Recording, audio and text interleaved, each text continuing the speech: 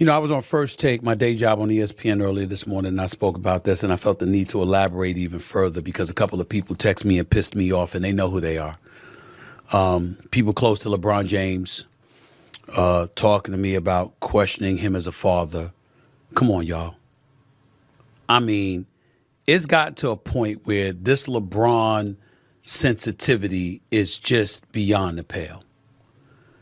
You call him the second best player in the history of the game, you're insulting him because you said he's not the GOAT. You're saying that at age 40, we've never seen anybody do what he does, but pointing out at times how he may not have hustled back on defense in a key pivotal moment, and that's a problem. You give him all the praise in the world when he drops 40, but he has a bad night, and you say he had a bad night, and you're hating. It's ridiculous. But never before has it been more ridiculous than it is right now, because the reality is that we got to be real about what we're seeing when we talk about Bronny James. I am not a person that had a problem with Bronny James being on the court for the season opener with LeBron James. That was a phenomenal moment. To see a father on the court with his son who has NBA aspirations playing together for the first time in NBA history. The Griffeys in baseball, Ken Griffey Sr. and Jr. were in attendance for it. It was a special moment.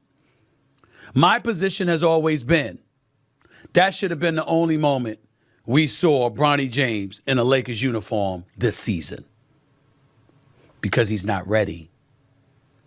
I'm not here to tell you that he won't be ready. I'm not here to tell you that he won't be an NBA player. I'm not here to tell you that he should give up his dreams and his aspirations. I think the kid's got potential. I think the kid will be in the NBA one day. I watched him in the G League doing his thing. I think he's going to be fine eventually.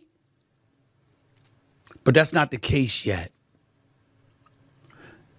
And because it's not the case yet, and then you see some of these numbers, I do find myself looking at LeBron James instead of Bronny James, because LeBron is the basketball savant. LeBron is one of the top two greatest players in the history of the game. LeBron has forgotten more basketball than most people would know. So no matter what we think about Bronny, he knows more. But you see what you see. Bronny James has played in 13 NBA games.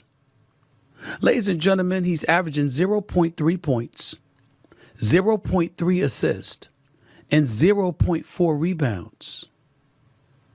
He shot 1 for 16 from the field in his NBA career and 0 for 7 from three-point range.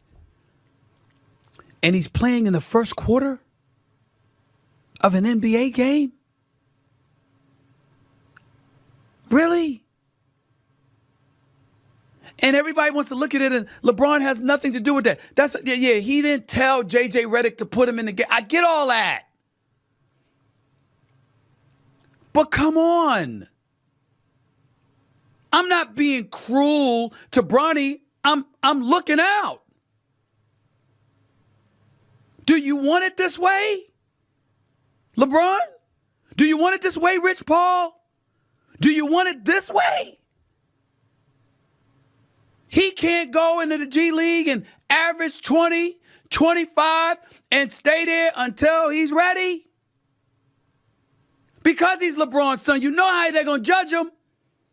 And before anybody wants to jump on me, remember, I never saw Bronny James play until he showed up in the NBA and the G League. I refused to watch him because if I watched him, I would have to talk about him. And I didn't want to talk about LeBron James' son because I thought it was so unfair to the kid. He's such a wonderful kid. Wonderful family.